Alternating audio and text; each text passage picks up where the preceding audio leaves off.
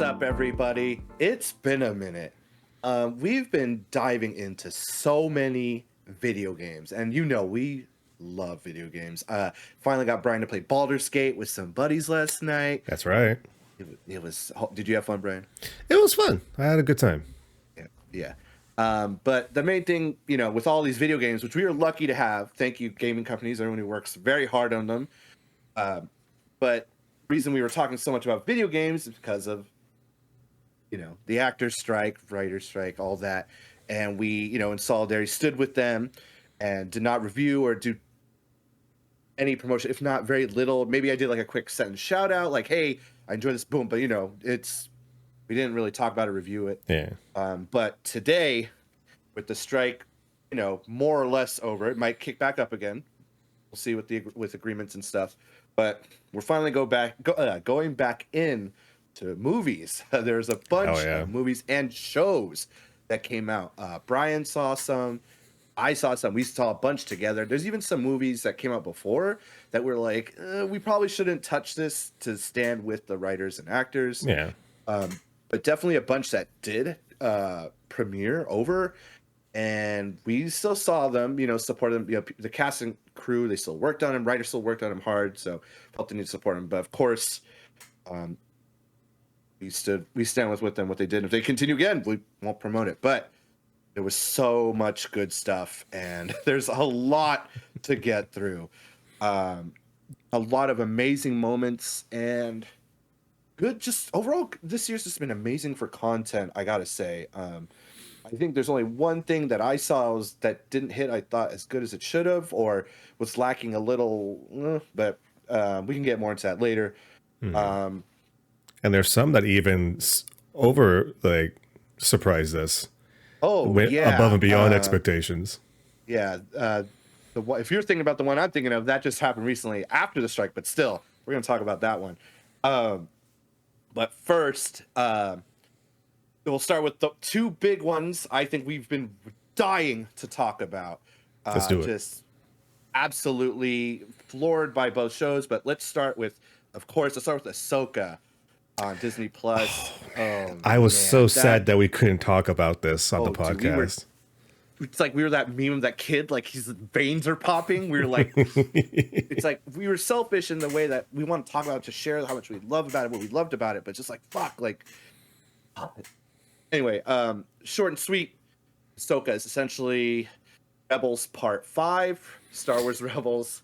Very much, these cast of characters who some of us have gotten to know. And if you're like my older parents who don't know these characters, it's an introduction to them and just new adventures in the, sequel side of the story of Star Wars and that, franchise. They just did some amazing things, and it was just really well done, and new things. Let me start with just the actors killed it. Everybody did their the actors are great job. They sold it. I don't care what anyone says. Like, I didn't like Rosario Dawson. You didn't watch it the same way I did. I just gotta say, I was captivated. Everyone was in on it. If they say they hated it later, sorry you went through it, but goddamn, you guys sold. Like, it was great. So shout out to the actors. They did a very good job. The returning characters, those actors did a very good job of, I believe, representing the characters as they would be in that period of time, because a lot of time has passed when you think about it between season 4 Rebels and Ahsoka. Like, those characters have done a little bit of changing, and we get to see a lot of that between particularly two characters that I know we're going to be talking about. Yeah. So the main story follows Ahsoka, a Jedi kind of between the lines, finding their way. They want to find their old friend Ezra, right? With Ahsoka works with Sabine, a Mandalorian who she worked with before in Rebels, and they have like a conflicted friendship, mentorship. Throughout the course of the story, they go and they try to find Ezra with some few surprises along the way too. It's just a fun adventure they're going together, and of course, this is Dave Filoni's baby, right? So this story is really well taken care of, thorough, and great story points from before, and story points that will happen. They just what's the word I'm looking for? Blend together. It just it's pretty seamless in my opinion. Then we go to there's two new villains which are really really well Oh my done. god. There's like this Yeah. Sith, well, sort of Sith, right? And he has his the Dark rule too. side He has his wielders. apprentice. Yeah, and uh, R.I.P. to the actor who played Ray I can't believe I Stevens, don't remember his dude. name. He Ray Stevens. Thank Can I you. just say this real quick? Like Ray Stevens did such a good job that Balin became like one of my favorite characters of of that series, and it's really really unfortunate that we will not get that same version of the character anymore. I really Mhm. do hope that going forward they don't just try to write him out, because I feel like where they left Balin off in this series, he has so much potential to kind of trek to a part of the overall like Star Wars mythos and like the story of like the Force and like the father, brother, and sister that we haven't been to yet, and to kind of have Balin just be kind of forgotten about would be a very big shame. Yeah, I totally agree. And yeah, Ray Stevens is arguably one of the best parts. Seeing him on screen doing his thing. He's not there for a long time, but he's there for a great time too. In the show. And really quick, big spoilers coming ahead. We see some great moments because Ahsoka's trying to mentor Sabine, but of course, people who are familiar with the story, Ahsoka's mentor is none other than Anakin Skywalker. We get some great Anakin interactions. Hayden Christensen comes back and reprises his role, and it's really well done. There's like Man, holograms of him in like the original Clone Wars armor, like training her. And then, there's a moment where she's fighting Balin. She gets pulled back to this place called the Place Between Worlds. And of course, she runs into, you know, the chosen one there, his spirit or whatever. And oh, what a sequence! it Like was really fucking well done. like I'm sorry, I don't mean to interrupt, but it's like this is something that's been kind of like on my chest for a while. But like to the yes. people that look at the prequel movies, the prequel trilogy, and say that Hayden Christensen is a bad actor, I hand them episode 5 of Ahsoka and be like, tell me that, it's not always the actor's fault, because holy shit, I couldn't believe that Hayden was pulling off acting like Matt Lanter's Clone Wars Anakin.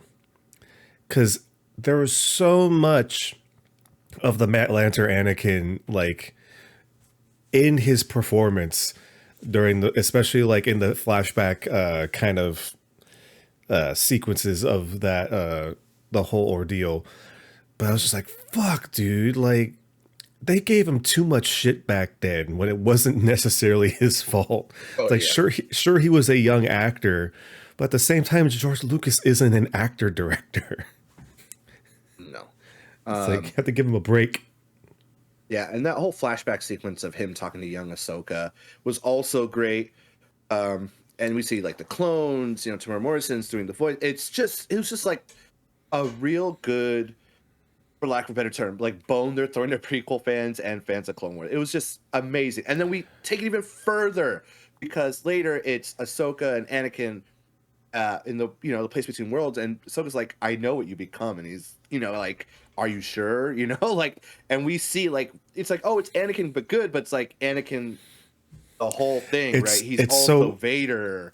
It was so cool, like seeing him like become Vader before Ahsoka's eyes, and the flashes of his like silhouette as Vader, and then essentially Ahsoka fighting Vader, herself was just in the Place Between just Worlds. It was just that like, like delivery where it's like yeah, you become more powerful than any of us could have realized, and you could do much worse than any of us ever realized. And he's like, is that what this is about? And he's like, are you serious? It's like, this whole time I've been trying to teach you that take what you've learned and move forward, don't fucking worry about it. And it's like, nah. But dude, that one, I always remember this one part where like he gets frustrated, right? And he's like, okay, back to the beginning. And he's like, before I gave you choice, live. Red lightsaber pops up, Yeah. turns around. You start getting like the end of episode 3. Anakin is like more pale and his eyes are turning orange. Yeah. And it's like, or die. And then he just Hayden just like flips into Vader mode. And it's like it has that like monotone, like Lord Vader kind of voice. It's like, oh my God, what the fuck? It's so good. It's so all the fucking accolades of that episode alone. I was like it was already good. Like this just brought it further. It's again another thing that just, I think elevates the franchise even more. Now I want to ask you With one that- question Oh, go ahead. Go ahead. before we move on. Now, I know that a lot of people are talk about Ahsoka, especially, you know, having this like question of like, hey, you know, she's acting really differently, and she's acting, you know, not herself. Do you think that even after this whole ordeal, do you think, you know, there wasn't a big, huge change in her afterwards? I don't know if that's fair because she's been through so much, and maybe Yeah. she's just one way. Just like she settled on who she is, and also her journey's not quite over yet. There's room to grow and change or progress. Right. There was a lot of scrutiny for this. I think it was a little too much. Like, take a step back and enjoy the ride too. Don't overanalyze. At least this is the way I was seeing it from people coming at it like that. Because I feel like for some people they're coming from the Ahsoka that we see in, you know, the last season of the Clone Wars, or Yeah. you know, for some people it's Rebels, or for some people it's the small snippets that she's been in The Mandalorian, where she's, you know, she's kind of, you know, has that mixture of, you know, the younger Ahsoka, but still kind of the more, you know, pulled back a little bit. But I don't know. Sometimes but the cynical side of me just thinks that a lot of people don't understand, you know, how a character can change over time. Mm-hmm. It's what happens to a character when they're off screen. Because like we see with Sabine, right? And we go from the end of Rebels, and we don't see her until, you know, the beginning of Ahsoka. And when we come to find out later, where, you know, when all of Mandalore gets glassed, we find out pretty much all her family's gone. So like the Rebels crew is her family now. And so it makes sense that she's kind of just alone on Lothal, you know, kind of brooding, not really wanting to interact with everybody. Yeah. But then, you know, as the story goes along, you see the character growth. You see Sabine, you know, doing what she has to get Ezra back, or we see what we're talking about now, Ahsoka. After the interaction in the World Between Worlds with Anakin, she's actually more open to being considered a Jedi. Like, cause what was the whole thing in like the promotion for the show and for the episodes leading up to it? And it's like, oh, I'm no Jedi. It's like, I'm not a Jedi. And it's like that's not who I am. And it's like afterwards, like, okay, you know, being a Jedi isn't what the text, like what the council or what the academy, you know, was supposed to train me. Being a Jedi is who, you know, I choose it to be, or like my idea of a Jedi is not about what I've been taught, but it's what I use from those teachings and move forward on my own, which makes a really good parallel with Balin and Shin, because they're not necessarily Sith, and Balin used to be a Jedi, so he kind of has that in between where, you know, he shows a lot of sympathy for, you know, Jedi or the remnants of Jedi, but he knows that power is the only way to change the system. So it's like that. I feel like this whole show, the underlying thing was more of like dualities between, what's righteous and what's, evil, or what's, selfish in a way. And that really just suits her character too from before. She's very gray in this world of bad, good. And this show, I think, captures it really well with your parallel of Baylan Shin, Ahsoka, and Sabine, and even Anakin and so forth. Just want to add, in addition, that this shows, like, cinematically, the shots were fucking great. Oh, yeah. Filoni loves Kurosawa, of course, with those the showdown shot, with Ahsoka and Baylan near the end, just like almost in Last Jedi, the whole widescreen. I was like, fuck, that's beautiful. The sweeping landscapes. It's like, I think this one was like that way, like one of the stronger ones as far as Star Wars goes. Like, wow, like this imagery is fucking amazing. And a little nice surprise I think we got before we move on. I didn't expect. I mean, we've seen the undead fight before in Star Wars. In a way, we've gotten to like a non-canon book as well about stormtroopers fighting zombies, but we see more of the magic in Star Wars, the Night Sisters of Dathomir, or for wherever they are, fucking reanimate stormtroopers, and they have to kill them again. And I was just like, what? It's so cool, dude. It was a really cool touch. I was like, I didn't expect that. It makes sense. How does, of course, the big bad Thrawn, we've all been waiting for to see again. How does he have these people still? How is he still running this shit? It's like, oh, because they're fucking undead. Like, it's just, it makes sense. It's a nice direction, I think. Especially, I love that shit with zombies and all that. So I was like, oh, this is sick. Like, of course, this makes, and it, to me, makes sense. And that whole sequence, it's just all good. Like, if you were unsure, you made this far with all these spoilers, I implore you, please go watch it. It is, especially if you enjoyed Rebels or Clone Wars. If you're even a little interested, it's a great way to dip your toes in the water to see what it's all about. To check out the other things. I will say though, I do kind of agree with people that this would have been called Rebels Season 5. The only reason that they probably called it Ahsoka is because the Mando audience only knows Ahsoka. And it's just a much easier marketing face for the series. But it's like, if you love Rebels, this is Rebel Season 5. So go watch it. It's so worth it. All right. So that's just our little bit for Ahsoka. There's another big one. I want to just squeeze in a little one in between real quick.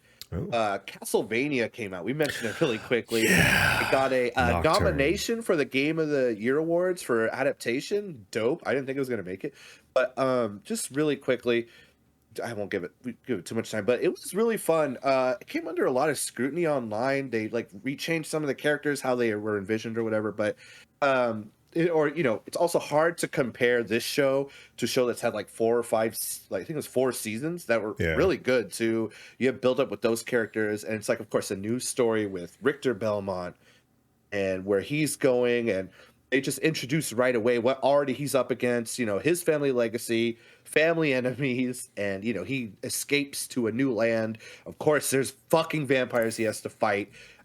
His whip isn't quite like Trevor's, but still the same, has a little juice in it. But yeah, I think it was really well done. By the way, it's called Castlevania Nocturne, not just Castlevania. They're trying to stop the sun for a perpetual nighttime for the vampires, and of course there's classist tones of the elite and the people in the poor. They're harvesting them to eat them forever. But yeah, it was good. There was actually other unexpected things I didn't expect to see. People had complaints about one of the people were captured, become a demon, and then they retained some of their memories. It's like, oh, he's not supposed to retain his memories. He's a demon now. And I was like, sigh. Of all the things you could critique in Castlevania. But I mean, sure, if you don't want more story, I guess. Right? You just want bloody action, mindless action, and of And course it's the like action that's why was it's an good. adaptation, though. It's not going to be exactly the same. I mean, Yeah, shit. If they wanted to make a full, like, full on, like, one for one thing, they would have made a boring ass season with Simon Belmont. just in barbarian like I'm sorry, garbage. Castlevania fans. I know not a lot about Castlevania. Simon could be fun, but all I know is he was the first character in the games, and he looks like a barbarian man, which doesn't make sense. Because Anyway, you got Trevor that looks really nice. You have Richter that looks really nice, and in between, so for some reason you have Barbarian Man. I don't barbarian understand. man. You actually finished it before I did, and you were like, "You got to finish it," and we did. And Yeah.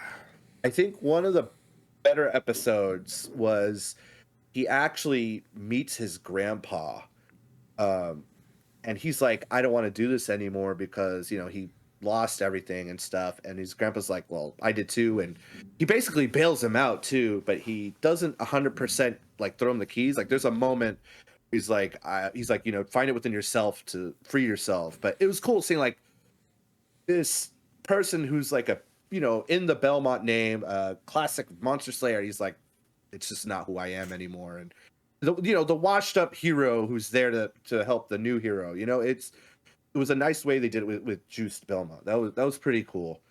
I thought that episode was really good. The guy who was voiced by God damn, I can't remember his name, but he's in Game of Thrones. He's like Khaleesi's aide. I'm gonna look it up later, but he did a great job. Oh yeah. Um, so Fuck. I'll look it up. But yeah, also flowers to the voice actor or the actor who played Ulrox. That Ulrox honestly stole the fucking show. He was like Olrox. the coolest guy on screen. He's like, I'm gonna kick your ass, Belmont. I'm gonna eradicate you, but first, I need to do whatever I want. Like this, Mm-hmm. and eventually, it's like by necessity, he's like, the guys you're fighting aren't that great. I guess I can help you, but not directly. But he's still, I was like, really cool side character to see in Castlevania. So And let's not forget the return of the boy. oh, of course. Okay, massive spoiler. Right at the end of the episode, it seems dire. Team is running away. Oh, shit, we're getting chased by vampires, and we're like, where's our boy, Dracula's son? Last 10 seconds, stabs this big badass vampire through the heart. It's like, I'm here. Don't you look like a Belmont. I guess I'm here to help. It's like, boom, see you in season 2. um I was Great so intro. I was so waiting. Great. Yeah, me too. I was like, when is this guy showing up? I was like, nah, he's gonna have a whole season with Richter. So yeah, just wanted to give Castlevania its flowers. That's all. um Moving on, let's go talk about a movie. um I don't know if you saw this one, Brian, but one of the movies that came out was Blue Beetle during the I strike. still have not seen uh that yet. I just want to say it was a very fun DC movie, really well done. You could tell like this is the direction DC's ready to go in, and it kind of just is like this is how they should do it. You could tell they're not so, like a bit like corporate about it. It felt like a good. I watched it just to watch it too. Like not, I wasn't there to critique it too much and sit back, have fun. It's like the good origin story that kind of pulls in different elements. Like they took a page out of Spider-Man and almost like Fast and Furious with about family, right? But it's like not like dark brooding and stuff, which is there's a right place for that. But I feel like Justice League tried to do too much of that. Blue Beetle, it's like let's just have fun. Here it is, and boom, like this is his culture, who he is, and it's going to shape who he is, and it was really well done, honestly. So I Okay. just wanted to again give that movie its flowers. It didn't deserve like all these like DC fans like, I don't know, it doesn't look like the movie. You should still support it, right? You're a fan of it. Like that's always what I mean, would you about say people. It's that like out of the most recent things that's come out for DC, do you think it's one of the best things to come out? I think it was fucking great. Yeah. of the recent stuff. I mean, the Batman is kind of like I put it very high up, but I put this movie pretty high up too. It's just super fun and it's just a good time. Like that's what a movie should be, right? It just does it well, and with the Okay. strikes and stuff, and the promotions and fans like this doesn't look like it's for me. I think it is, people. Like, just check it out. Like, it's a fun time. I know there's other DC movies that came out. Marcelo saw The Flash. I still haven't seen it. I don't know if I will at this point, but maybe we should watch it together. Yeah. I don't know, just shit on it, right? I don't know. But it was good. It was fun, and I just wish that they started doing like movies like this sooner. You could, but better late than never. Well, And you I know hope what? Not everybody could have they a can James continue the Gunn. story. Yeah, that too. But yeah, Blue Beetle came out. It was good, and just seeing it like it was like, oh, it's on Max within a week of premiere. I was like, oh, they didn't even give it a chance either. Anyway, Warner Brothers Discovery. Who can know what the geniuses at Warner Brothers Discovery, or sorry, say the genius at Warner Brothers Discovery could concoct for but their fucking franchises. if you're thinking about seeing it, go check it out. It's super fun, super good. It's like Spider-Man. Honestly, if you really enjoyed Spider-Man, it's like formulaic like that. Okay. I mean, it's not the same universe, but it's like same style. He's like a young guy, gets the powers, and he has like hijinks and fun, and of course there's like a heartfelt. It has a lot of heart too. I want to say. Okay. So, Blue Beetle. Cool. Good. Throwing that out there. Let's see. Something that you've been seeing though. Actually, you know what? Let's come back to that later. Take it back. Oh, okay. Bites um, the dust. Oh, this one, yeah. You did see. I haven't seen it. My wife saw it. Was the Teenage Mutant Ninja Turtles movie that came out? Wait, you haven't seen it yet? No, I haven't seen it yet. I Oh just my haven't God, gotten Joel, to you it would yet. love it. I know, but why don't you talk about it first? Okay. Because I know that's something I haven't seen. So, You can throw your head in for that. Mutant Mayhem, Teenage Mutant Ninja Turtles, is a very I say it's like, because Ninja Turtles is the kind of series that every couple years they go through a kind of recycling phase where they'll have like a new version of the Turtles to kind of modernize them a little bit, and they've been doing that for a good while now. And so this one is interesting just because they are taking like the teenage like literally, so they're a lot younger than they normally are in most series, which is cool because it kind of makes it fresh because it's still a Nickelodeon movie at the end of the day, so it's gonna be for the kids. But yeah, the story is charming. The art design is interesting for me. This is just a personal take. I felt like the mutants looked better than the humans. Like, I felt like besides April, every other human like was purposely made to look ugly, in contrast to like everybody like persecuting like the people that became mutants through like the mutagen like crisis and whatnot. But yeah, if you're very into like the art style that Spider-Verse was, like this is something that's right up that alley. It has very good in music. The comedy for me is okay. I can see younger people really loving this because it's very much that young kind of like Gen Z TikTok humor. It's just kind of like references and little quips like back to back to back for a little bit, but it's not as much to like make it like very like bogged down. It's just like, okay, I understand these are kids. They're gonna act like kids. It makes sense. Yeah. But there's a lot of heart. There's a lot of really good action shots. I mean, holy shit! Some of the action scenes in this movie are amazing, especially getting close to finale. They went all out. Like they saw Spider-Verse, and they just went like, you know what? Ninja Turtles need some of that action too, baby. We need get some of the best animators Nickelodeon can fucking pay for, and let's go.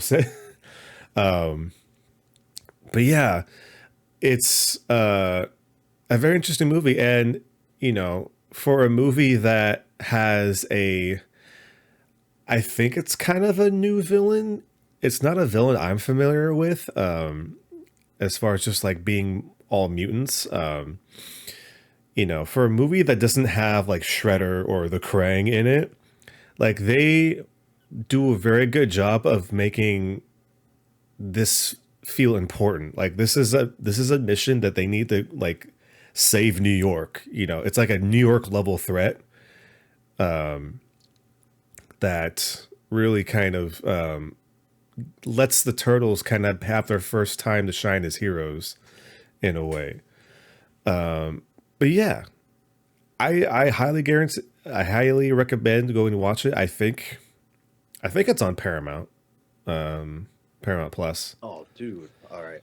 So highly recommend it, especially if you're a Ninja Turtles fan. Like, you'll love it. If you're an animation fan, you'll love it. But yeah, Joel, you should go watch it for sure. I heard it's fun and fresh, and it's literally like we were saying, like it captures like teenagers being teenagers, and it's probably what makes it hilarious too. Like I keep bringing it back to like Spider-Verse, but it is legitimately like Teenage Mutant Ninja Turtles Spider-Verse movie. That's the feel I got from the trailers, and I'm like, we need more animation like that too. So that's good.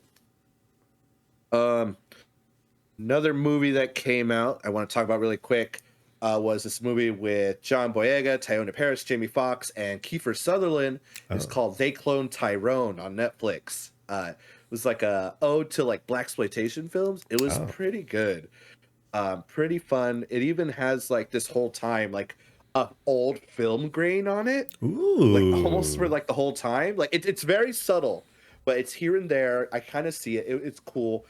And yeah, it's just a fun film that came out, and of course, they couldn't publicize it too much. But I just want to say I saw that during the strike, and it was fun. Definitely some interesting moments, and there's interesting sci-fi elements, of course. Of course, with our boy John Boyega, who's been to space, right? So I was like, I got to see what he's in, and him and Jamie Foxx. It was good. It's fun. So They Cloned Tyrone on Netflix. Good fun film. If you want to spend a couple hours with it, I just wanted to give that. I'm gonna keep saying give it that as flowers because there's just some we saw and didn't see, but that one I did make a point to see. Something else on Netflix that came out during the strike, which surprised me. One of our friends has been dying to get us into this anime franchise. He keeps fucking talking about it. He loves it for the right reasons, right? Him and another friend. Shout out to Jameson. But he's like, let's check out the live action. Maybe they'll get you into the show. So, talking about One Piece. I'm not quite done with it, but I've been thoroughly surprised with this show. It's actually better than I thought it would be. The actors killing it.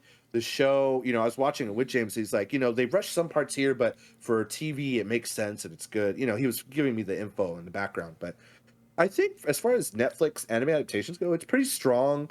And the theme of like what we've been saying just continues. It just has a lot of heart. And it's believable, and yeah, it's good. Honestly, it's just good. Especially when you compare it to like Bebop and stuff. But yeah, I'm just surprised how much I enjoyed it, and I was enjoying it. And I know they're getting a season 2, which I'm glad for because the writing, the cast, everything, it's really well done. So I'm just happy to see it continue. Will I watch 1,000 episodes? I don't know, but what do you think, Brian? I know you were watching it.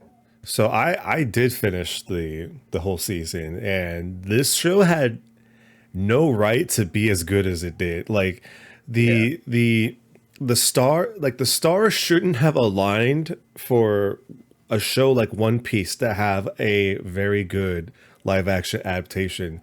But it just shows that you have the right people on the team that care about a property as much as they do, and they will do it justice. Like we've seen so many live action anime adaptations over the years, and there's a whole litany of problems. Either they change too much of the the material to make it weird. Like the pacing's off, the fucking costume design is off.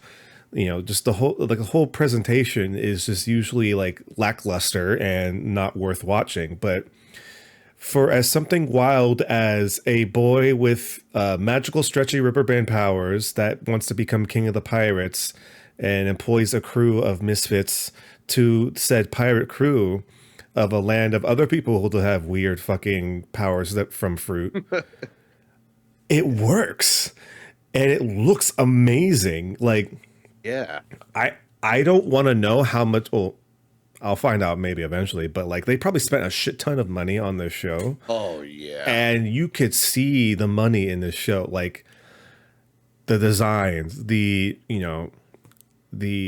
recreation of the towns and villages that they go to in like within this arc that they. And that's another thing.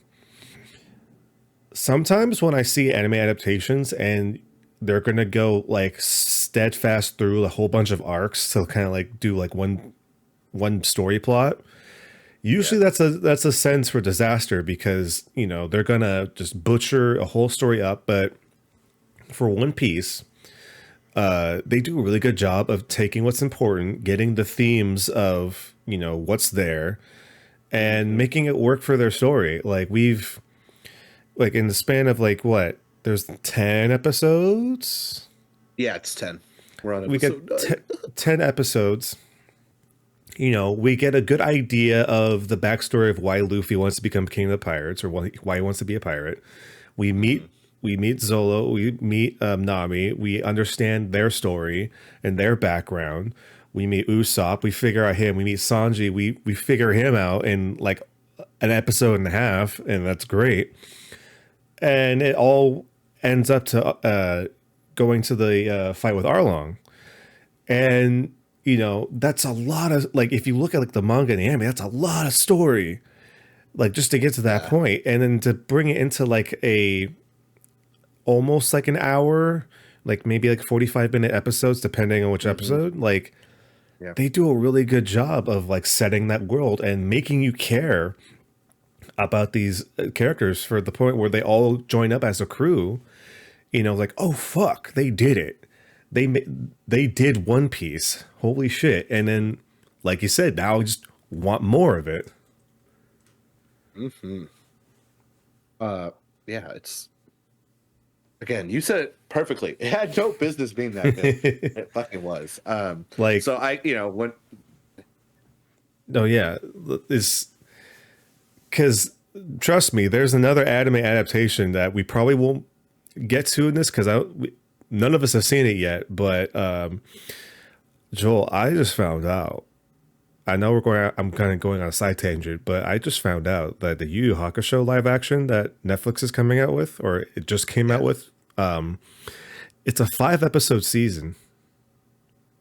What? And they're doing the entire first arc. Apparently, though, I've heard it's like the speed run, but it's good. I don't know if that's true, but at the 5 episodes, I will be the judge of this. That's like the ultimate speed run. Holy shit! Damn. They're busting through like 5 stories in 5 episodes. God. And I looked at the runtimes. The runtimes are like 45 minutes each. It's not even an hour. God. The ultimate speed run. Holy shit. Anyway. Yeah, sorry. Like anime, if you're... Whoa. Oh. Okay. Netflix if has you found like us. anime, and in general, and you kind of want to dip your toes with One Piece, this is it. I mean, unless you want to do 1,000 episodes, be my guest. But yeah, I probably won't do that. But yeah, it's good. Like I can actually say I enjoyed it. It's good. So, One Piece, we saw it. Well, Brian saw 100%, 90% of it. Next, I wanted to go to... Oh, nope, not that one right yet. Another movie came out, I believe, during the strike. I'll double check in a second. But Indiana Jones 5? Oh, right? Did we talk about that? No, we didn't talk. We didn't talk about it, and I think it's because another. Yeah, go ahead. No. Did you see it? I did. That's what I want to talk about. I did not see it. Okay. I want I to see won't. it. I think it's on Disney Plus now. I won't be too spoilery. I mean, I've been a little vague with some of our descriptions on purpose, but again, another movie um, that probably could have done better box office wise, but the strikes kind of messed it up. Especially with Disney, we being very transparent with how they feel, Mister You Know Who up top. Maybe you shouldn't, but anyway, um, right? I thought it was a good, fun sequel. I mean, it's Indiana Jones. You know what he's gonna do. He's gonna show It's up. it's He's an gonna punch 80-year-old Nazis. Indiana Jones. Yeah, but there were some interesting things. They did some fresh things with it. I will say I feel like there's two characters that deserved at least 10 more minutes of screen time, and one character that probably deserved a little bit more of an ending. But otherwise, it's better than four. I haven't seen four in like 20 years or 15 years, whatever. But not hard. Also, that's a low bar. Um, but they do.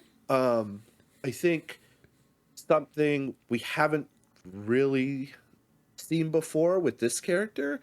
I thought that was really cool, and there was a bit of a twist too, because they do achieve their goal, and at the same time, it's like not the way they wanted to. But at what That's all I'm going to cost? say.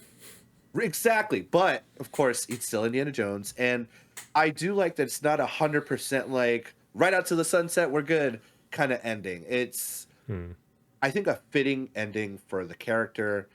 And again, Indiana Jones is like 80 years old. You know, Harrison Ford, love you, but I think it's time for you to pass the mantle, I think. But it's still a good So story. I enjoyed it. Mads Mikkelsen playing a Nazi, whatever. It makes sense. It's fun. Um, if you generally like the story, it's worth checking out. You like the character, check it out. They do address the previous movies too, which I think is cool. Like they didn't just tell you like they're not ignoring what's happened before. So they do wrap up some things. I was like, are they going to actually refer to four? And they do. So that I thought that was cool. They don't shy away. And yeah, I just think it's unfortunate when it came out, kind of like Haunted Mansion, with everything going on. Um, oh, but bro. yeah, yeah, Indiana Jones 5. I liked it. I mean, again, you know what you're getting into when you're watching it, right?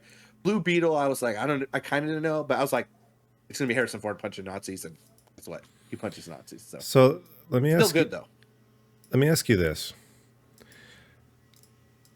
I know it is for me, but do you think it's kind of unfortunate that Indiana Jones feels like it's kind of fallen off the zeitgeist like tremendously? Where it feels like it should be one of those like franchises that should have had the staying power, but I think the Crystal Skull just kind of made people not really care about it anymore. I think that's fair. It turned a lot of people off. That's a fair like comment to make. Even after this, I was like, and that's of course what everyone saw was like, we just came from Crystal Skull to Ooh. this. Like what? Like how are they gonna? Are we expecting that again? And they go back to like the older formula, and it is unfortunate, but we have seen with other movies and other franchises, they've kind of fixed it. They kind of retcon it. I mean, Days of Future Past did that heavily, and they did it well. And I think other people are taking like that kind of idea, like, oh, we messed up this movie. Let's try to fix it here. Same with the last James Bond movie, Daniel Craig, Spectre, which I feel didn't hit as hard. Like, and it was a little rocky. Like the film after kind of like was like, let's go forward, let's kind of fix it, and bump ourselves back up. And Mm, because with bad reception, they still want uh, they want to acknowledge what they've done, but still like move on. And I think okay. that step is like good for us if you're a fan of that. But I do understand like with like superhero fatigue and stuff and sequel fatigue, like you could say it's not original too. It's like we're seeing the same guy do the same thing. Like Indiana Jones 5 times in a row, right? I mean, they were Yeah. not Soviets I mean, they're Soviets in the fourth one, but you know what I mean? Like it's an interesting thing. I mean, where do you stand on that? I don't. Well, I mean, it's kind of hard to picture because like up until like like the announcement for what was it, Dial of Destiny? That was the Yeah, fifth Dial of movie. Destiny. I mean, the only time I would like hear about Indiana Jones is if I went to the parks, went to like Disneyland, because like, I mean, other than like people talking about how great like Temple of Doom was, or Last Crusade was, you don't really hear much people talking about Indiana Jones anymore. Now I know, what was it, Bethesda, It is or Bethesda, yeah. making the Indiana Jones game. So, I mean, that one definitely threw people for a loop for a bit, but it's also just kind of like questioning. It's like, wait, why are you making Indiana Jones game? It's like, what does that even It is mean? Bethesda. It is Bethesda. So I don't know. Maybe, hopefully, maybe not so much as movies, but like in other sorts of media, like maybe Indiana Yeah. Jones can get something back. Because I know Disney probably wants to, milk Indiana Jones for what it's worth. Oh yeah. Oh yeah. What it's worth, I don't know. But I also want to ask you, Joel. You mentioned Haunted Mansion. Is that on the list? I didn't watch it. I just want to say on that in that regard, a really poorly timed release as well. That's all I want to say on that. Like, I feel like they could have pushed to Halloween, but probably would have competed with other productions they had. And I mean, the cast seemed great. For me, I wasn't like I want to go see it. I was like I'm curious, but especially with the strikes going on, I was like, I don't know, Disney. Like, I can't. I don't know. But did you see it? Like, what are your So thoughts? we just actually watched it this past Halloween here. Yeah. When I was sick, we ended up watching like Haunted Mansion on Disney Plus. By the way, did you know that Disney Plus took away the party watching? No, They I forgot snuck they even had it. they snuck that away like a few months ago, and like nobody, I heard nobody talk about it. And when I was looking for it, I was like, wait, the watch party's gone. What the fuck? Apparently, they just took it out. They Probably just, cost them too much money. but besides that, yes, I actually saw the Haunted Mansion movie, and I probably, like many other people, when they saw trailers for this, they're kind of like, is it gonna be okay? Because this is a live action movie from Disney, so it's, I don't know. Like live action movies from Disney kind of have that stigma on them right now. It has a really stinky smell on them. I actually really like this movie. I think they did a very, very good job of making a somewhat original story, but also mixing in just the history of the ride itself. Like, I was very shockingly surprised that they used some of the story treatments from the concept phase of the Haunted Mansion into implemented into the movie. Even more so to the point where one of the characters is literally named after the head director of the building of the ride, Rolly Crumb.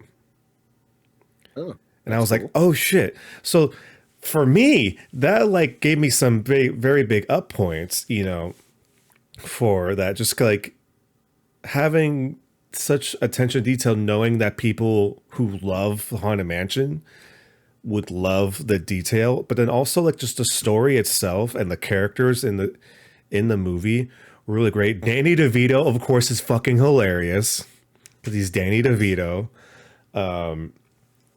There's Rosario Dawson in it. She's great. I feel very bad that I can't remember the other actors, because I'm not familiar with them. But I think Lakeith Stanfield is in it, and Tiffany Haddish. Let me look. yeah, they're all, like, the whole cast is fantastic, and Jared Leto's in this fucking movie. so Jared Leto is the one that made me fear the most because he plays the Hatbox Ghost. And I was very afraid it was going to be Jared, like the Hatbox Ghost as Jared Leto, but Yeah. I was a little comforted by the fact that they actually did a very good job of not making him look like Jared Leto. They made him look like Hatbox Ghost, and they actually put a voice on him so he doesn't just sound like Jared Leto. And Morbin time. he doesn't talk as much as I thought he would in the movie, which is fine. Great. I thank you. Thank you for not breaking the illusion of Hatbox Ghost for me that much.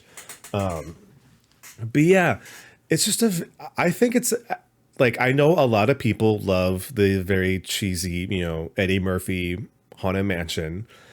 It's an okay movie. It's not my personal favorite. If I had to choose, I would choose this one, the new one.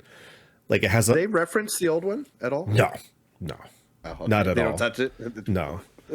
But it's a movie that I feel like has a lot of heart, has you know, it's a middle of the road movie, but I feel like if you're in for like it's Halloween time and you're not into like the whole like, horror movie being scared, like I feel like this would be a perfect movie just to kind of throw in on an evening and just have a good time. Oh, all right. Yeah. I'll have to check it out. I even see that Winona Ryder's in it, Jamie Lee Curtis, Owen Yes, Wilson. What that's fucking stacked cast. how can I forget Owen Wilson? Owen Wilson, oh my god. Talk about somebody that's been having a banger 2023. Yeah, what a fucking cast. And again, the unfortunate release timing. Yeah, but I think really quick before we segue to another Owen Wilson project. Oh. I just to go back to your point about Indiana Jones, I also think maybe it's just for older people. Like a lot of Disney's trying to market for like little kids, right? And maybe they'll reintroduce Indiana Jones in a modern way in like 20, 10 or 5 years, and it'll be like kind of like what they did with the sequels, right? Just a new audience. But maybe that's why it's not in the zeitgeist too. Like we don't see a lot of media for Indiana Jones like we do Star Wars or Marvel, No. DC, etc., etc. Yeah. It seems like an older thing, but it's also like, I mean, representative of that time period too, where you spent maybe. All right. Anyway, one of the big ones that we have to fucking talk about. It was just that good. Loki season 2. I can't even. I expected it to be good. Loki season 1 was like for me ramping up. We did a review of it. Go check it out. Well, like of just awesomeness. Like we just take this character goes on like the ultimate journey of transformation, and we revisit that even in season 2, and it's just wild what they do. And of course, we got hints of it from Quantumania. He's going to go, Loki's going to go meet Kang or a version of Kang, and of course they do the Watchmen thing where there's different periods of time. They hand each other things. It's like, oh, this is only this way because you helped me from the future, but it's me in the past. It's really strong, fun writing, and of course, there's some simple linear things with like his relationship with with the crew, with Sophie, with new characters. It's just well done. And then I'm just gonna go straight to the finale because I just everything leading up to that moment. It's literally like for me at first it was a little like it's simmering, and then it just burns hot like the last episode. It just erupts, honestly, because he's like a troubled god. He's gone through transformation, and he's like, I miss my people, right? And he has new people, right? And a new family, and he'll do whatever. He's lonely without them, and again, he'll do everything for them. And we see that in the end. He makes like a amazing, really cool, animated like sacrifice of what he does to keep everyone alive in his universe and more. The strands of time, he's literally pulling them together. He makes the Asgard tree of life, and it's so picturesque, and it ties in with people have been saying the time stone. It's green. He finally gets his throne. It's like, as Thanos said, the one who kills him, destiny fulfilled. It's like fucking, as far as a Marvel creation for a character I didn't think would have a good show, it's fucking perfect. Honestly,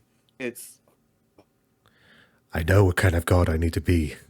for you, for all of us. God, Oh my it's god. so good. It Oh so God. have you heard his story about how that was kind of an improv line? No, no. Cuz they didn't know, cuz they tried shooting that scene and it was like just kind of like a normal scene and it kind of felt weird. Yeah. So it's like we need to, it's like I feel like I need to say something here. And so Tom Hiddleston said he literally like took a run around the studio just to kind of like think for a bit. And then he remembered the line from Thor when he's talking to Odin, because it's the same line, but now it has like a new meaning towards it because like Loki kind of has that understanding now. It's like shit, okay, it's like this is my purpose. And then Yeah. when he traveled back in time to have that conversation with Mobius again, Yeah. and he's like a glorious like glorious purpose is more burden than glory. Oh, dude, that line was fucking good. And it's Oh like man. fuck, Oh, dude.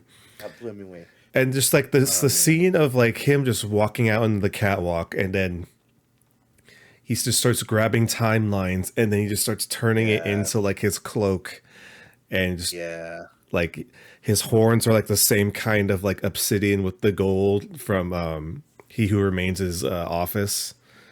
Yeah. And it's like shit. And then of course the whole pan out where the loom like is breaking, but then it pans out, turns sideways, and it becomes the new fucking Idrisil, Yeah, the life tree, the yeah. life tree. It's like holy shit. It was And it so becomes the good. god of And stories. yeah, and yeah, so sorry. I said her name is Sophia DiMartino, but she plays Sylvie. I combined the two. But so I say of course she did great. Um Jonathan Majors, I know he's under a lot of shit right now, but of course he delivers. That's all I'm gonna say about that.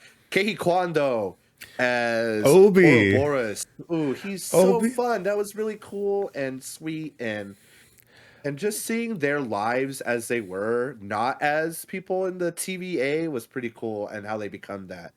That was a lot of fun. I'm And under the what's assumption now. funny? Oh, go ahead. Oh, sorry. I just want to You say know, go ahead. Go ahead. I'm under the assumption now that Keihu Kwan can just be in any movie and he would just be the best.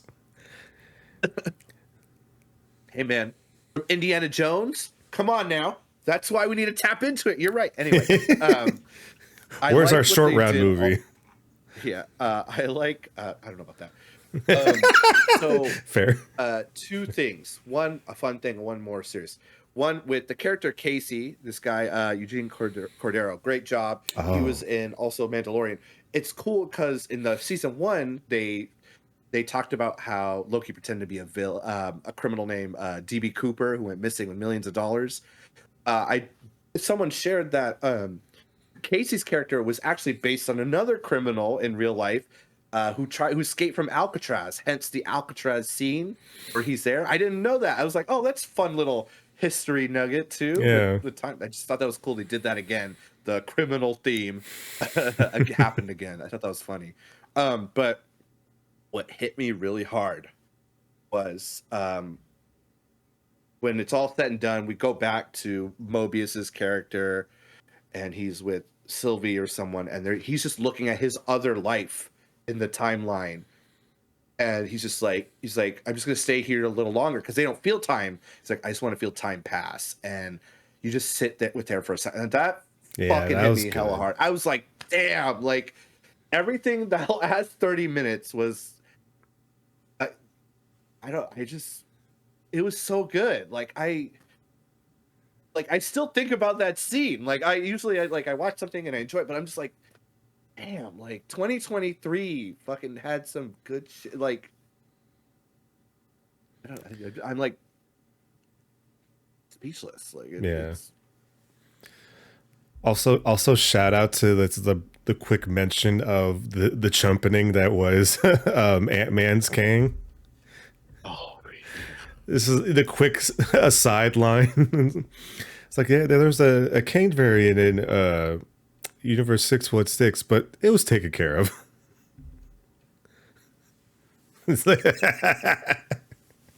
I I I like Quantumania, and there's just a lot of problems with it, but I still love it at the end of the day.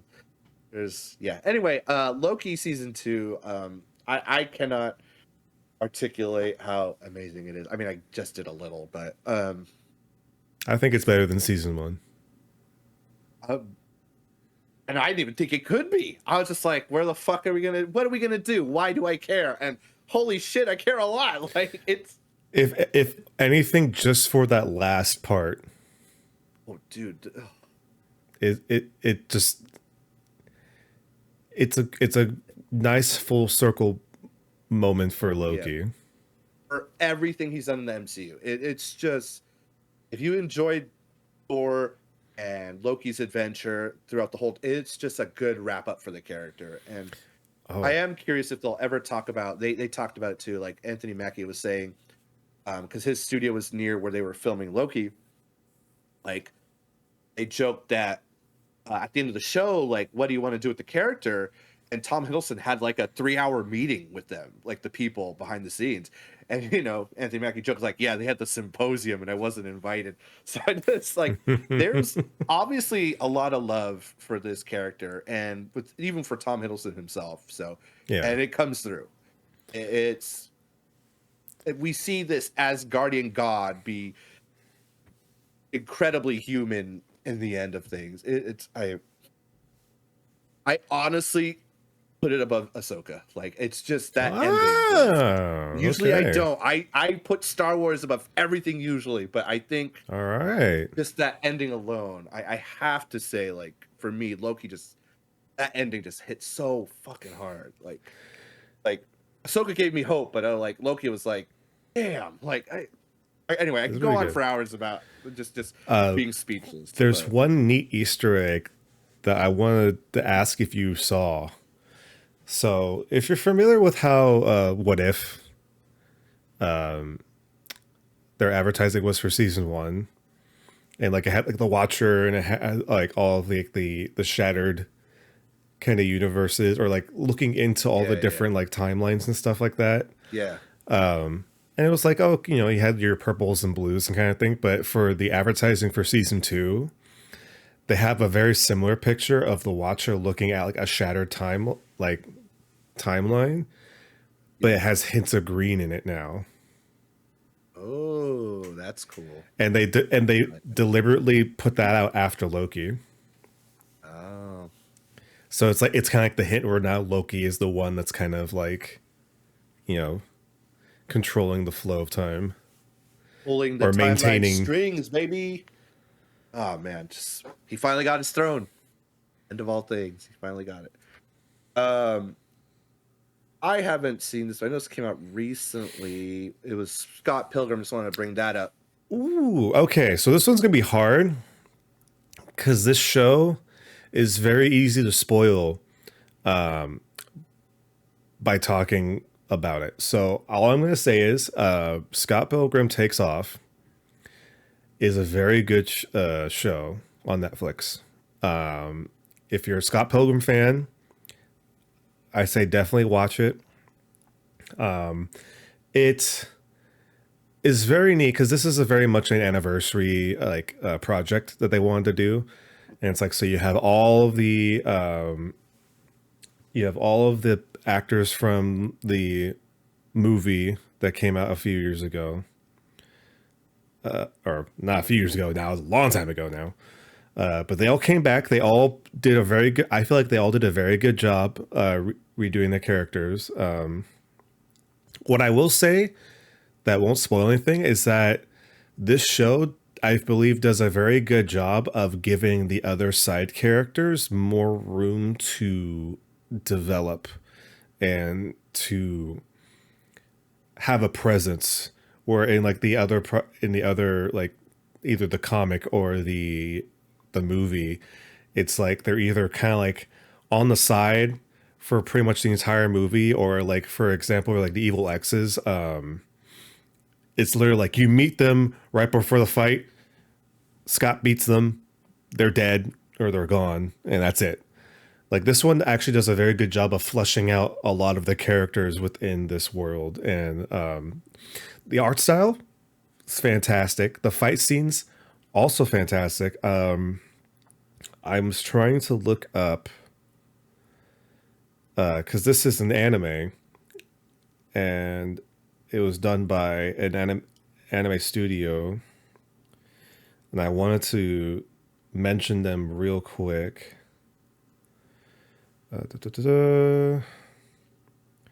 Scott Pilgrim Takes Off is come on.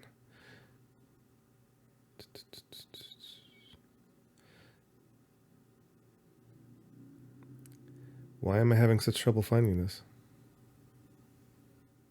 Got my own skate company tattooed on me. Look.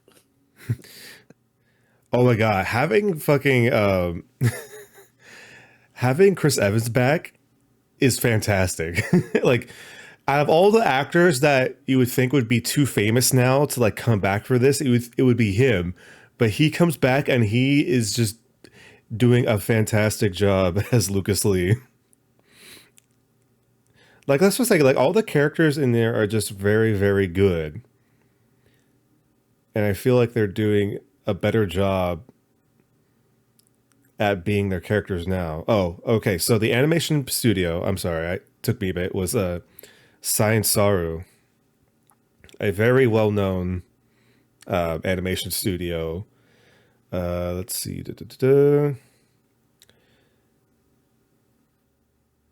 They've done a lot of, like, anybody that's in anime like knows who Science Sorrow is, and they did a very good job of kind of like giving that essence of like the pixel animation, like you'd be familiar with like the kind of like the cover art of not like really pixel, but like the cover art of like the comic book. You're seeing that being animated in real time. It's like, oh shit, that's really cool.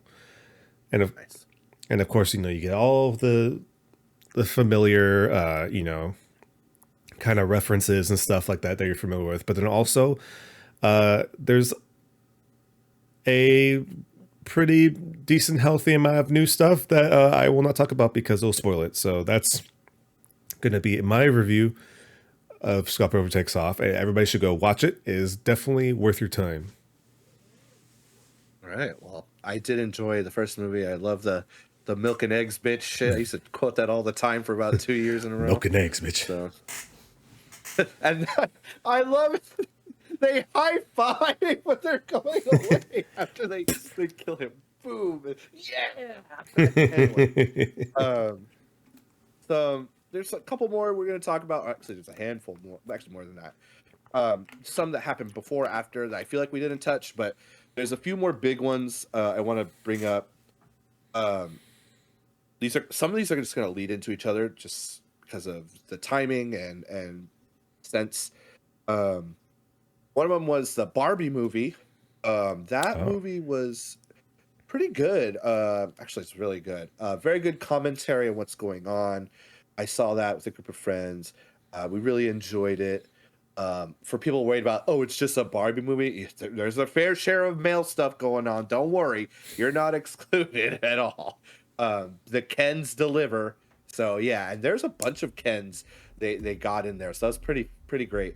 But, yeah, Margot Robbie, America Ferrera, they do great. Ryan Gosling and Simu Liu. It's great. It's a topical piece. It's important, and it just addresses some important stuff. And it was cool to see. Will Ferrell being there too. It's well done. If you were thinking about it, yeah, just that cast alone, and there's a dance number with the Kens being like, we're Ken, the Kenergy. I don't want to say too much, but didn't Ryan Gosling get like a nominated for like a Grammy or something like that? Yeah, the I'm just Ken song. But yeah, there's even like a wrestler in that movie too, John Cena. Yeah, it's pretty great. He's just like, I just want to be there, and then he's in it. So, but yeah, Barbie was great. It was a great, nice surprise. definitely will be examined by film buffs for time to come. So much to say, and they said a lot of great stuff. And there's, I feel like they could even gone more, but they, it's a Mattel movie too. At the end of the day, so um, that of course leads into the other topical movie that came out at the same time. Very controversial, of course, around the world. In America, maybe a little less so. Oppenheimer. I saw that in theaters, big screen. The story behind the man who designed the deadliest weapon we know. I just want to say the actors, you guys did great. I act like I know them. The actors did phenomenal. They did good. It's interesting seeing the mechanics behind a man who made, again, the most dangerous weapon to kill and eradicate hundreds, thousands of people, and maybe more later. All I heard is Um, that this movie just fills you with dread. it does, like, all the way to the lead up. Stellar cast, of course. Cillian Murphy, he'll get a bunch of awards for this film. But it was interesting seeing like everything he did, and of course the aftermath for him. But of course they didn't touch on the aftermath of the fucking people annihilated. I mean, it's pretty much a propaganda piece. They did address it for like a line, even then it was like a joke. Um, Pretty insensitive, but I mean, war movie. I honestly, for me, acting was great, but the direction was okay, and it felt a little clunky at sometimes for something as epic as it should have been and very popular. For me, it just, for a movie that's being compared against all these other movies that aren't as good. Oh, this is a real movie, not a superhero movie, whatever. It's something to be said about flow, right? Now, how much of I don't the know. anticipation for this movie was solely because it was a Chris Nolan movie? That's a good point too. Uh, a lot, definitely. He's a fucking well-known name. Actors want to be with him. They want to work with him. He delivers, and I honestly think this, as a Christopher Nolan movie, it's a one and done. I'm never gonna see this again. Like, great acting, like I said, great cast, but it's unfortunately a story we know. There's no need to put yourself through it again for another 3 hours. No, and nothing that man encapsulate or felt will ever equate to the horrors he brought upon. That's my piece on that. But of course, let's go somewhere a little more hopeful. Of course, that whole, his journey creating the most deadliest weapon. Uh, with that, though, it did unfortunately create death, but it did create something for us that I think I we'll see love what for you did, time you and time sly again. motherfucker. Of course. From the ashes of destruction, we get something far better, far more enjoyable, far more hopeful beyond this man. Talking about Godzilla of all things.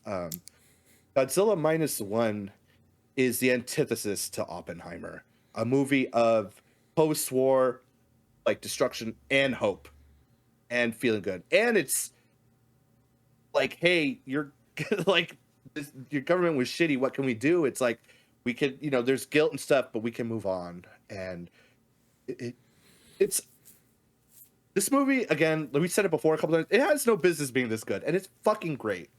I'm seeing rumors flying around that it's got a fucking Oscar nomination. I don't know if that's true. I I I mean, mean, honestly, if it did, it deserves it because it's that fucking good. I'm gonna say that on record. Like, I didn't expect. I mean, there are great Godzilla movies, but again, it's like giant monster destroys civilization, right? Allegory for the destruction caused by man of war and the nuclear bomb. But this movie does something that Godzilla movies don't usually do for me. It makes you fucking care about the people. It makes you really care about what happens to them too. Godzilla Minus One has probably the best human story out of all Godzilla movies. Yeah, and it's just really good. I know I've been saying that a lot today. I'm pretty biased about the things I've seen, but it's legitimately good. I went in So going in like, okay, I'm gonna see Godzilla. It's probably a new retelling, and it's gonna be a good time. I hear it's great, right? And I came out like, wow, this story has like everything it needs to be a great story and more. it's a retelling of the original Godzilla, in the best way that they've ever done it before, because they've tried to before and it's kind of been like hit or miss. But I feel like this one is, it's the perfect setting, the perfect cast, the perfect, circumstances to make this movie great, and to bring it home to not understating how good this movie is. You have to think about it for a real second. It is a Godzilla movie.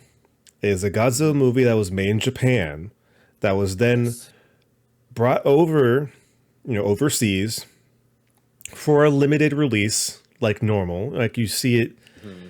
Like I was actually surprised they gave this a week, because usually they only give movies like a night. Like Shin Kamen Rider, Shin Ultraman got like a day to be seen. Like, of course, Godzilla, a lot of people are more familiar with Godzilla, so they're gonna give it a week. It did so well, they extended its run until like almost the end of the month, or like until like the hell yeah. And they're even talking about extending it to like longer. That's how good it's doing. It's like it's doing great in the US box office. It's doing fantastic worldwide, which doesn't happen. So it's like, you can't look at this and say it's not a good story, because like, let me put it in this circumstance. Like, when you go to a kaiju movie, of course you want to see the kaiju. You want to see the kaiju do the kaiju thing. You want to see the monsters, destroy, and if there's more than one, you want to see them fight. In this circumstances, there's only Godzilla, which is fine. They do a damn good job of making you fear Godzilla, because that's the other thing. A lot of people don't know the original Godzilla is supposed to be a horror movie. Yeah, it's supposed to be something you're scared of. Now, of course, over the years, Godzilla kind of ebbs and flows between being the bad guy and like the hero of like Japan, or a goofball, of course. But I feel like this is like the first time, Shin Godzilla, was very scary in like the way that Shin Godzilla is scary. But I feel like this is a Godzilla that feels so grounded in a weird way, that it's like you could understand how terrifying like the reality of this Godzilla is. And it's all and done part to the way it's filmed, and also the characters. These human characters, like, the story is written out so good that it actually makes you want to see more of the humans and see how they progress. And of course, Shikishima, the main character, who was a kamikaze pilot, and he backed down from doing his duty at the end of World War II. And of course, like, it kind of helps set up the scene, like his camp gets attacked by a proto-Godzilla, and, he could have maybe saved the day. Maybe it was like a 50-50 shot, and he chose not to do it. And so pretty much the entire platoon gets killed, minus him and what's his name? Ichibana? It's Tachibana. Or Tachibana, who was like a airplane mechanic. And it's like, it shows the story of him carrying on that guilt. And it's like that post-World War II guilt of not doing your duty, and then everybody is reminding you that you didn't do your job, and like everybody's dead because of you, which is unfair. But it sets up just like how dire and how like bad of a place Japan was after World War II, because a lot of people don't realize that, sure, they dropped 2 atomic bombs on Japan, but that wasn't all that. But that wasn't all that happened in Japan. There was carpet bombings galore, and like a lot of Japan was fucking destroyed during World War II. And so they actually kind of get to show how Japan has to deal with not only the outcome to World War II, but also the outcome to Godzilla. And I feel really dumb not realizing it, Joel, but do you know why it's called Godzilla -1? I actually was just reminded. I was about to bring it up. Yes, I do know why. Because after the war, they're pretty much at zero, couldn't get any Yeah. lower. But actually, Godzilla brings them to -1. Yep. So I will say the beach scene really solidifies how scary Godzilla was.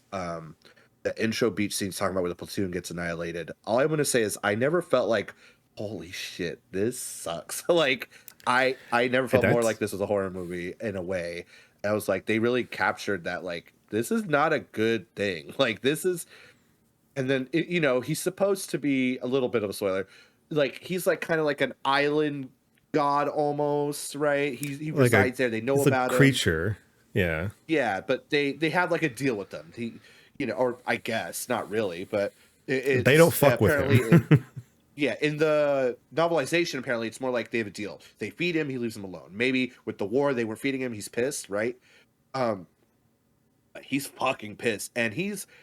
I think what the scariest part was he kills the platoon, but he's like playing with them. It's not out of necessity to eat. Yeah. He's he's like toying with them, and I was like, "Fuck, that's awful." And Like Jesus. and we have to remind you, this isn't even like his final form. This was just like Oh, he's not small, but he is considered small compared to what he is later in the movie. yeah.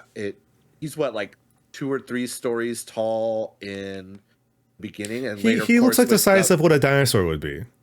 yeah, and maybe I'd say a little larger, but yeah. Oh, But like a yeah, big later, of dinosaur. course, with the big boom, he fucking becomes the Godzilla we know, and it's just scary. And then later we see, like, early on, I thought with the trailer that they show like a confrontation of the boat going away from Godzilla. I was like, no, we get that way sooner than I thought, and that shit was scary. I was like, oh fuck, and you feel God's for the characters. So, also Godzilla. The healing factor is is oh god, terrifying. yeah, that's terrifying.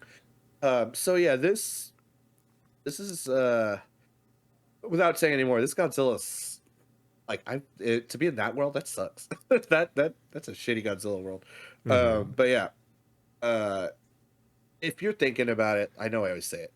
You got to see this one. There's Yeah. hardly anywhere I say you got to pass, but it's also us. And we're super biased, We love Godzilla and all that, but I was blown away again. Like this year's content has been off the fucking chart, and this one is honestly, like, for me, one of the movies of the year, if not the movie of the year. It's just so good, and I maybe because I didn't expect it to be that good. Like I guess maybe I set the bar a little too low, but it still just delivers.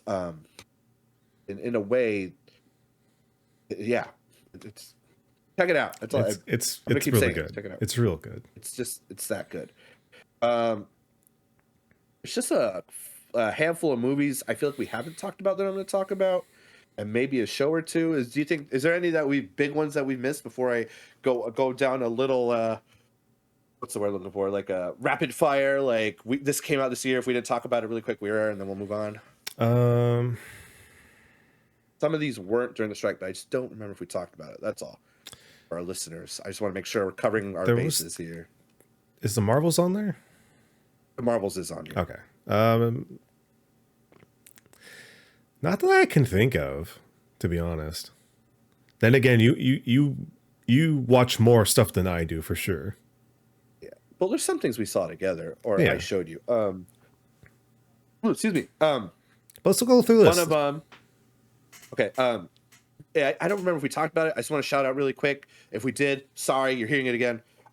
This year, yes, the D&D movie came out this year. In case you forgot, this is your reminder to go see it.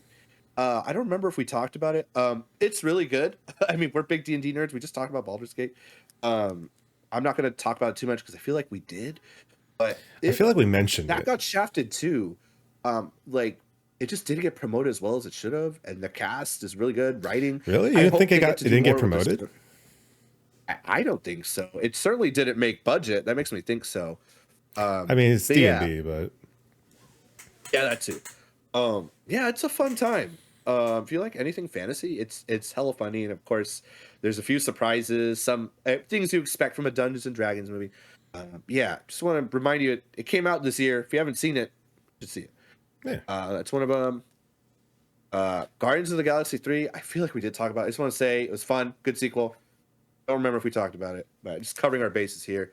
I thought they ended the story well for the Guardians. Of course, there'll be more. That's all. Anything you want to add to that, Brian? Guardians is just showing that Guardians is a really good property. They made Rocket look like a star in this movie. Yeah. He stood out way more than he normally does. But yeah, it was just a very nice wrap up for this iteration of the Guardians, and I feel like James Gunn and the entire cast and crew like did all they could to just make this movie the best that it could be, and it showed. So yeah, not every Marvel movie was mid this year. I don't know. I fucking loved Adam Warlock. I just want to say that. Okay. Adam Warlock's great. Really they depowered him. Yeah, I know, everyone. I know he's depowered, but for our movie, that's okay. He has that himbo energy that everybody loves. Yes, he did. And before we go to the Marvels, did we talk about the Super Mario movie? I don't know. Actually, we might have mentioned it. Right, I just want to be sure. Like, watch. It's gonna be like a podcast. Well, you know what? Fuck it. We'll talk about it again right now. It doesn't matter. It was fun. I didn't expect it to be that good. It was good. As far as like video game adaptations, I was like, okay, whatever. But I went in and I had a good time. They did a good job. Yeah. And I'm not the biggest fan of like the current iteration of like Universal animated movies, so like Illumination movies. I don't care for them. They look nice, but like they never interest me. So I was very pleasantly surprised in how well they treated the property of Super Mario. It's like, yeah, it's a whole new story. They're doing their own thing, which I think works for Mario because Mario is one of those kind of like drag and drop characters where you can put him in the situation and it'll just work for him. The characters did well. I know the biggest huge problem was like, why is Chris Pratt fucking every animated character this year? Yeah. Like he gets to play Mario and he's going to be Garfield coming soon. But I honestly think he did a decent job. It's it works for this iteration of Mario. It's its own thing. It doesn't have to be Charles Martinet or whoever the new Mario is from Wonder. I honestly after like 5 minutes of the movie, it was fine. Charlie Day did a fucking great job as Luigi, of course. Like we knew he was going to be good. Jack Black fucking stole the show as Bowser. Bowser, yeah. Especially the Peaches song that swept the nation the past summer. Could go anywhere without hearing it, and I didn't mind. Yeah, and also Seth Rogen as Donkey Kong was actually really good. I'm gonna say, I think it should have been someone else. He did okay though. That's just me. I don't know. Have you seen the Donkey Kong animated show? No. But I'm just gonna say I think that's my bar for how bad it could get, and he went above and beyond that. I just want to share my piece. I've been very positive. I can't be perfect. I just got to say it could have been fucking anyone else instead of Seth Rogen. But hey, it's fine. It was fun. I didn't. I'm not losing sleep over it. Also, shout out to Diddy Kong and Dixie Kong being spotted in the crowd. Maybe a little hint of some more Kongs in the next movie. Maybe. Luigi's Mansion 2, Kong Invasion. But yeah, I really enjoyed Super Mario Brothers movie more so than I thought I would. So, congrats. Yeah. All right. One of the last ones until something else pops in my head. The Marvels. Yes. Came out amidst the strikes, of course, or at the right near the end. I don't know if that was planned or not, but as far as Marvel movies go, it was really well done. I enjoyed it. The story, follows Carol Danvers, and of course, meeting with Miss Marvel, right? Kamala Khan, and they like have their misadventures with Spectrum, and they go to outer space, and they kind of hone each other's powers. They fight against some of the Kree. They have some issues with the Skrulls, and honestly, I feel like it was strong. It was better than Quantumania for sure.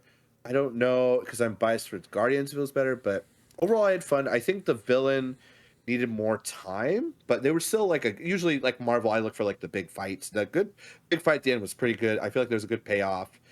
Um, just seeing like their journey, and of course we got some Nick Fury antics with the cat, which I enjoyed. With Goose, that's the cat's name. And Goose. I called what happened with the space station. I was like, oh, that's what that. I knew it. I'm not going to say anything, but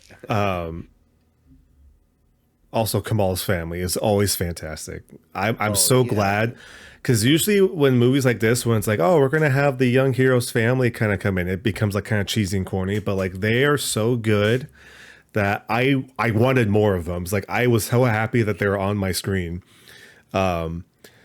I do believe though that this movie very much suffered from the lack of advertising.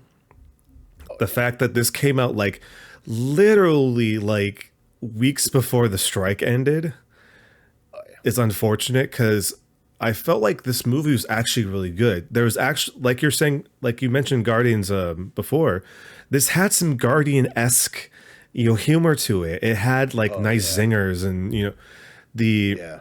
the the compliments, like each character complimented each other and like they Oh worked yeah. so well together as a unit. Like not so much as like them figuring out how to fight together, but just like them interacting with each other. I felt natural and very nice. Yeah, yeah. Good chemistry between the main three. Also, this Nick Fury is the very, very, very polar opposite of the Secret Invasion Nick Fury. Oh yeah, Like it's very obvious that this movie might have been planned to come out before Secret Invasion, yeah.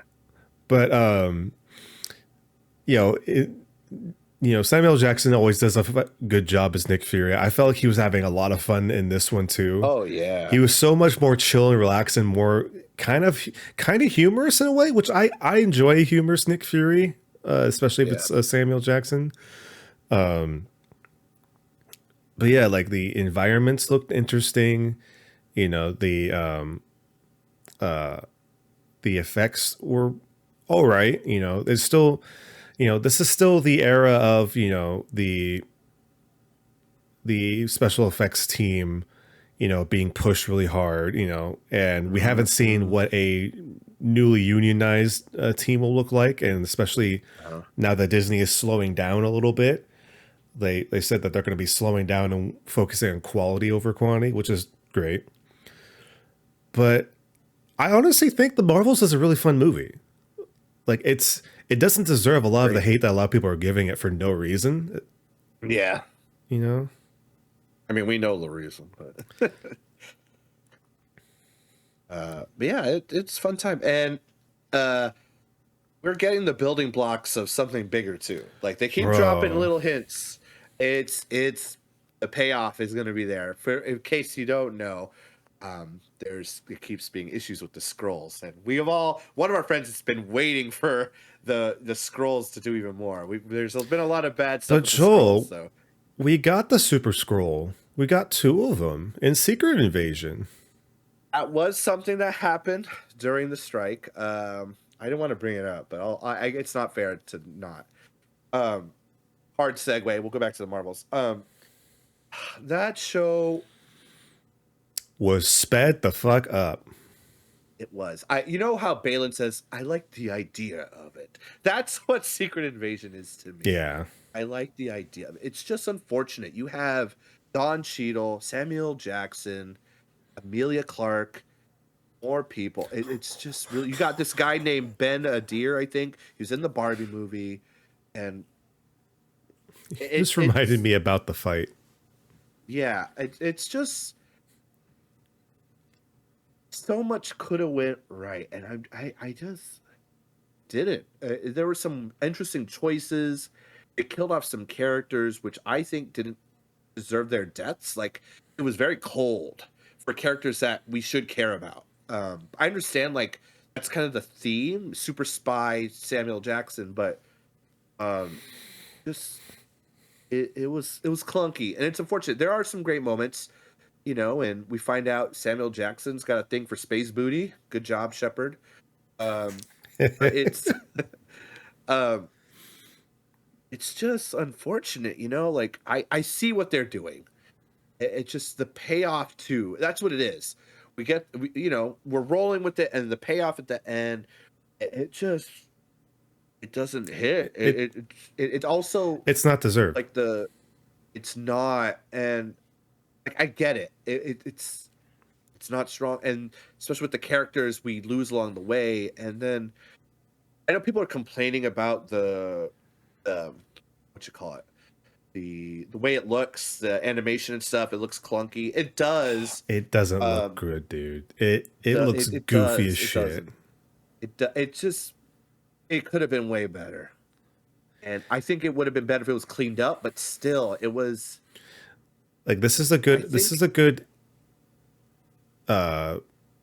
example of the post-COVID, like the during post-COVID, like trying to get stuff out rush that they were kind of doing for a while, and it hasn't been working a lot this year, and hopefully now that that's all behind us. But like for something that Secret Invasion was promising, like it's just so unfortunate that I felt like we got more out of a Secret Invasion in the Marvels than we did here.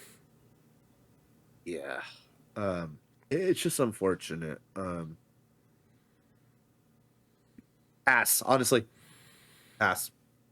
Look up the Get clips. everything you need from the Marvels. Yeah. Actually, you know what's even funnier? The Marvels makes it kind of seem like Secret Invasion didn't really happen. Oh yeah, I'm sure that was on purpose too.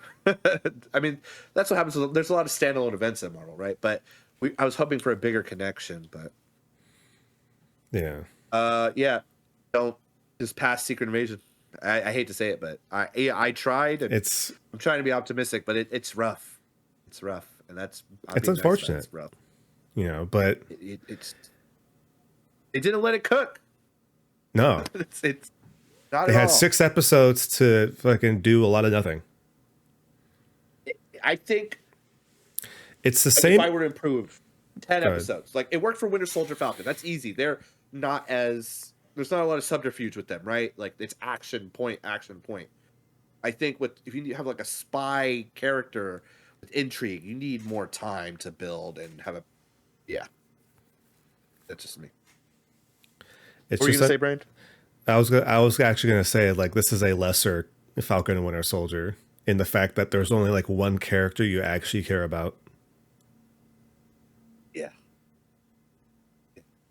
Unfortunate. Anyway, Marvels, you can see that. Marvels is actually good, and there's a really good post-credit scene. Oh yeah, are we gonna talk about it? I mean, we've been talking spoilers for a lot of stuff. All right, spoilers. I mean, we have been, but some things I haven't been touching. X-Men, baby! Oh yeah, that was cool. So at the end, Spectrum, there's like a hole created in their universe by the villain, and they have Spectrum to close it. But the only way to close it is on their other side of another universe. Spectrum closes it, and then they land. Of course, she's recovered by the X-Men. We get a nice little visit from Beast himself, Kelsey Grammer. Checking out. That was so cool. It has the classic like 90s look too, which was cool. Good to see. I didn't mind his look in Days of Future Past for 2 seconds, or the one in X-Men Last Stand. They went with like the classic look, so that's cool. And she of course sees another, which was really cool. Yeah, I didn't expect that at all, but I'll leave that for you guys. So, but yeah, it's coming. Overall, yeah, it's been coming all the time. Yeah, again, this year we didn't even see a lot. I mean, we saw a lot, but not a lot, right? There's still other movies we haven't touched, shows we haven't touched. I'm sure there's a bunch. Like I still haven't seen Blue Eye Samurai. Have you? No. I heard it was Marcelo, good. He's probably, Marcelo loves it. He's probably yelling at us right now if he hears this. I still haven't seen the Godzilla show. My parents like it a Monarch. Monarch. We got that trailer for Godzilla Kong 2. Looks fun. We So got a there's trailer a bunch of for a stuff new like, Planet of the Apes movie. yeah, that was a nice shadow drop. What the Hell fuck? fucking yeah. I'm Uh, so ready. I I love those movies, but I just didn't. I thought we were done, you know. But I was like, oh nope, we're going still. Like, Nah. okay, take my money, whatever. Um, yeah. So again, this year again it's been really strong. It's just unfortunate. Like these studios are just not paying their people, and they've been making great stuff. And we have seen what happens when you rush and products of such, and also of course when you let it sit and cook, right? Let it cook, let it marinate. Mm-hmm. Like, When you don't write it off as a tax expense. oh god, yeah. um it, it's we've seen the you know, the lows and the highs of what you could do when you just not only have fun but pay your people right. What you get, like it should be a no fucking brainer, but Yeah. it's the suits. And then, you know, and same for games this year too. We had the whole talk about that this year too with all these games. It's all those people getting laid off to it's yeah, but anyway, I digress. We had a whole thing about that. But a lot of good shit. And we just powered through so much good stuff that we I know. saw. And yeah, some I'm pretty sure we skipped, but um like I didn't expect to talk about a few of them too, so that's good. Yeah. All right, Brian, before we go, what's your top two for this year that stand out in your mind? Well, I mean, Godzilla for one. That's a no branger. That one was just too good. Oh, as far as something I really, really enjoyed,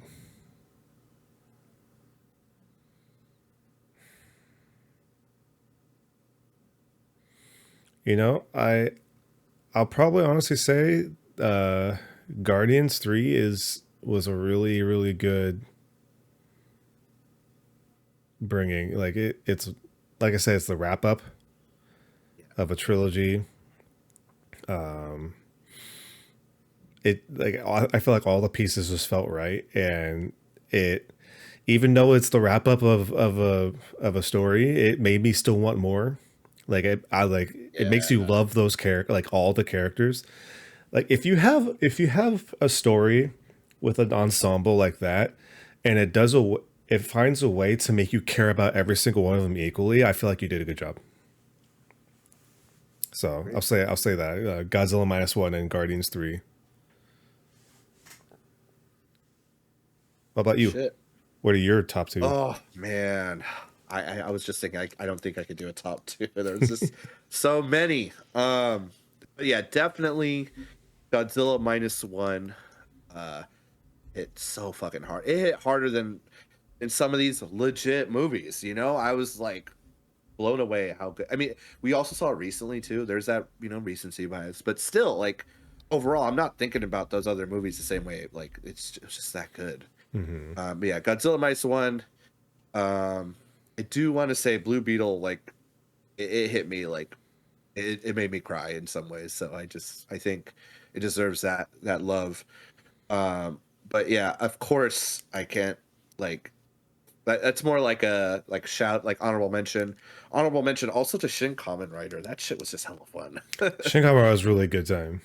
That surprised me too. I just as far as having fun going to the theater, walking out like you know, big smile on my face, that did it. But yeah, Loki as well. Loki, I think it just blew me away. Think I about that want for years to come. to give two honorable mentions. Just to kind of as a wrap up to like this year, kind of pretty much. Yeah. Like we did a whole review series on it, but in the past, but like Last of Us was Oh still a yeah. really good piece of TV.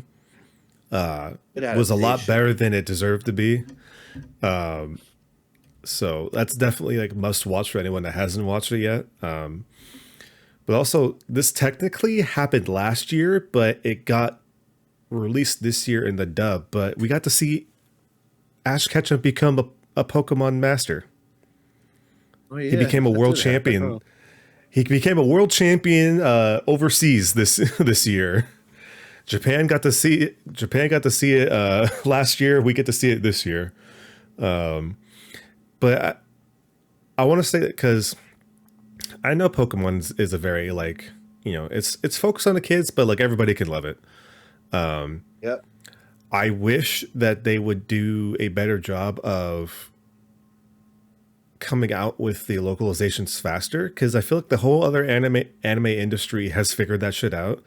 But for some reason, the Pokemon Company still takes almost half a year to get localizations out. So even though the whole world knows that Ash became a world champion, like we couldn't see it for another like half a year, and it's frustrating. But I will say this: the localization team did a really good job of bringing on the feels, because once you see Ash become world champion, it becomes like a greatest hits kind of epilogue. And so you actually get to see all of the old, people, Pokemon that Ash has run across throughout his entire journey. What? And then it wraps up with a very nice montage package with the original theme song in the background of it. And it was just like, oh fuck, this hits hard. Man, I gotta definitely see it now. It's definitely a nice send off to a character that's pretty much been around for, almost 30 fucking years, like our entire childhood. Yeah. And of course, I guess I want to ask you, Joel, because I was going to say, because Pokemon Horizons is coming out. That's something I'm looking forward to. And of course, Godzilla and stuff. Was there anything that you're particularly looking forward to coming up in the next year or so? It got pushed back, but it was Captain America 4. Oh, that's right. Just because we're going to see the Thunderbolts in there. They announced Sentry. For those who know, if you know, you know. But I know they had to rewrite because one of the characters is like a like pro-Israeli superhero, so they gotta redo some of that right now. Oh, okay. Reasons, and of course Harrison Ford, a superhero movie. So, but yeah, it's I know Craven's supposed to fucking come out. Madam Web. Deadpool 3, Deadpool 2. Deadpool 3. Whenever I think about Deadpool 2, I'm like, oh, so good. It's so fun. That movie, stop with the fucking spoilers, people. It's making me upset. But yeah, like leaking those images. But it's going to be good, especially with that Disney movie. Yeah, just you could go without your clicks or clout for like 10 minutes, guys. Come on. I know we all want a little bit of it, but just don't spoil it for the rest of us, okay? Come on now. Anyway, Deadpool 3. I'm sure that Godzilla, of course, GVK 2. I would love a shadow like trailer of Pacific Rim 3. That's really what I want them to. I know people didn't like 2. I love 2. It knew what it was as far as I'm concerned, but I would love a good ending to Pacific Rim. Okay. So. Awesome. That's what I say.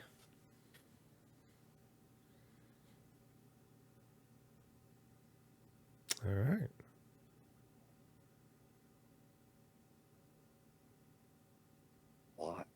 It's a lot of stuff. We talked about it. If you made it this far, sorry, we're like, I'm like turning off thinking of all the shit we just talked about. So thank you for sticking with us. That was again a lot of stuff. If you haven't seen it, let us know what you think when you do, or if you did see it, if you like some of our takes or didn't, you know where to let us know, right? UWNReviews@gmail.com. Send us an email. Let us know what you think. Bad takes, hot takes, you agree, disagree? You think Oppenheimer was the best thing of the year? Let us know why. Where else can you find us? Facebook, TikTok, Threads, Twitter. Did I say Facebook already? TikTok? Say it again. Instagram. I'm sorry. There's a lot of places now. It's you can find us there. Check our link in our bio, our link tree or whatever. Yeah. Let us know. Check our stuff. Oh, of course, we're on Twitch. We got live stuff. We just did the Game of the Year awards. How could I forget? That's right. Interesting. We had some good stuff. 30 minutes of presentation. For Hours over of trailers. 3 hour show. But yeah, we were definitely excited for Blade, Hellblade, God of War stuff, and more. Go check it out. We love video games. There's more to come too. We're still working on some of the clips to that. Yeah, just check out our full react there if you want. We're also on YouTube. We finally hit 25 subscribers, y'all. Yeah, That's a baby. big deal. That's 25 people who want to see our content. So thank you to the 25. If you're listening or rewatching, thank you so much. Let's pump those numbers up if we can. Let's do it. Joel, you know what'd be really exciting?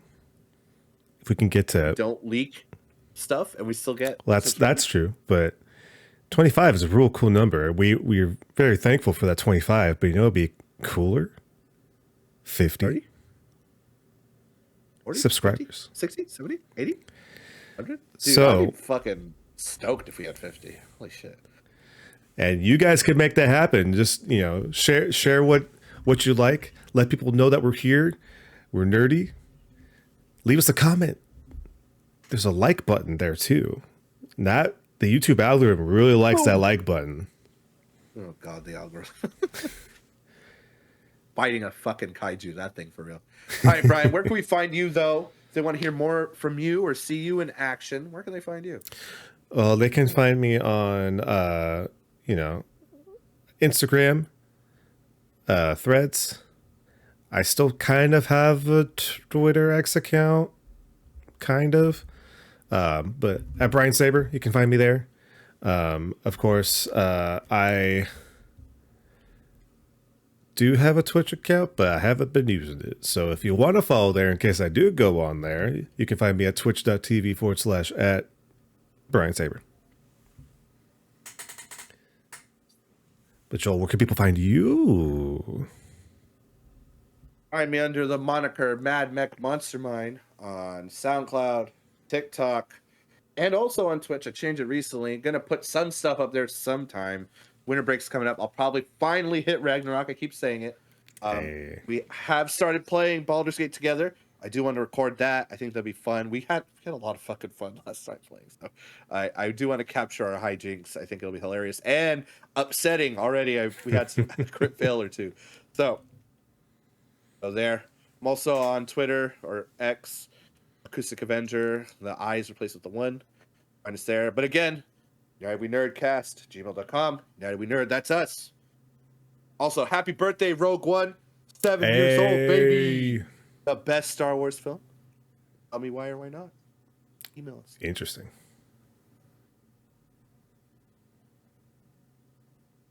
All right, bye, everyone. Bye. I don't.